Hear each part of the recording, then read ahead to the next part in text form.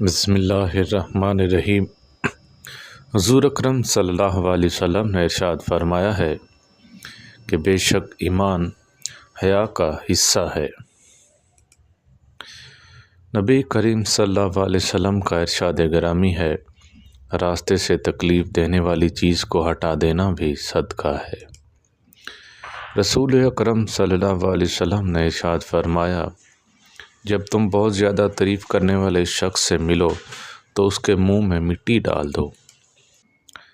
حضور نبی کریم صلی اللہ علیہ وسلم نے ارشاد فرمایا، حسد سے بچو کیونکہ وہ نیکی کو ایسے کھا جاتا ہے جیسے آگ لکڑی کو۔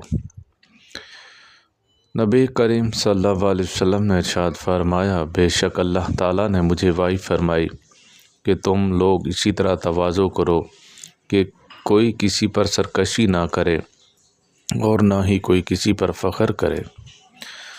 پیارے نبی کریم صلی اللہ علیہ وسلم نے ارشاد فرمایا، تم اپنے مرحومین کی اچھائی کو بیان کرو، ان کی برائیوں سے زبان بند رکھو۔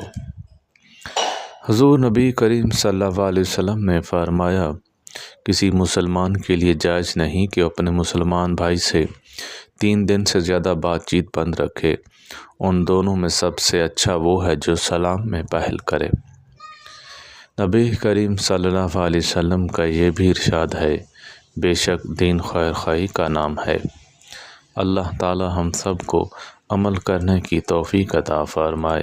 وآخر دعوانا ان الحمد للہ رب العالمین۔